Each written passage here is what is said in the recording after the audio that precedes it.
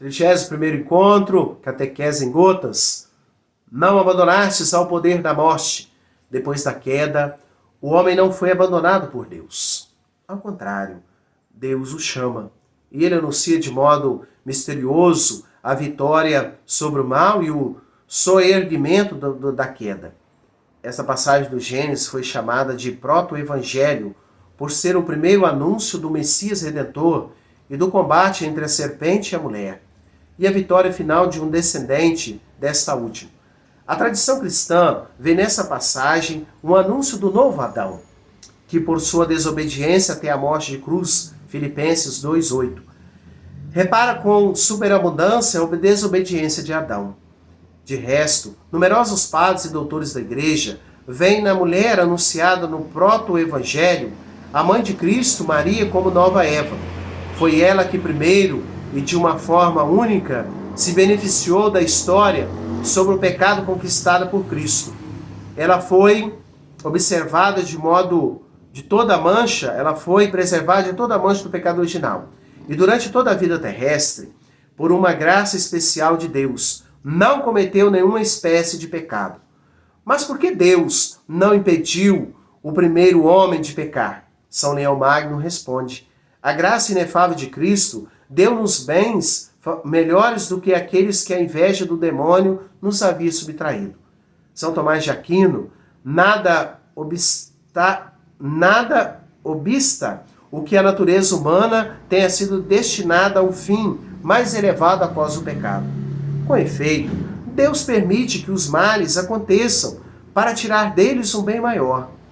Donde a palavra de São Paulo diz: onde abundou o pecado, superabundou a graça. Romanos 5:20. E o canto do exulte: ó feliz culpa que mereceu tal e tão grande Redentor. Deus não fez a morte, nem tem prazer em destruir os viventes. Foi pela inveja do diabo que a morte entrou no mundo. Satanás, ou o diabo, bem como os demais demônios, são anjos decaídos por terem se recusado livremente a servir a Deus e seu desígnio. Sua opção contra Deus é definitiva. Eles tentam associar o homem à sua revolta contra Deus. Constituído por Deus em estado de justiça, o homem, instigado pelo maligno, desde o início da criação, abusou da própria liberdade, levantou-se contra Deus, desejando atingir seu objetivo fora dele. Por seu pecado, Adão, na qualidade de primeiro homem, perdeu a santidade e a justiça originais que havia recebido de Deus, não somente para si, mas para todos os seres humanos, a sua descendência. Adão e Eva transmitiram a natureza humana, ferida por seu primeiro pecado, portanto privada da santidade e da justiça originais. Essa privação é denominada pecado original. Em consequência do pecado original, a natureza humana está enfraquecida em suas forças, submetida à ignorância e ao sofrimento e à dominação da morte, e inclinada ao pecado, inclinação chamada de concupiscência. Afirmamos, portanto, com o Concílio de Trento, que o pecado original é transmitido com a natureza humana, não por imitação, mas por propagação, que é ele, portanto, próprio de cada um. A vida sobre o pecado, a vitória sobre o pecado conseguiu por Cristo, seguida por Cristo, deu-nos bens melhores do que aqueles que o pecado nos havia tirado. Onde avultou o pecado, a graça superabundou.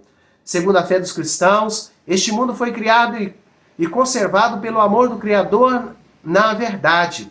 Este mundo foi reduzido à servidão do pecado, mas Cristo crucificado e ressuscitado quebrou o poder do maligno e libertou o mundo. Até o próximo encontro. Deus abençoe. Em nome do Pai, Filho e do Espírito Santo. Amém.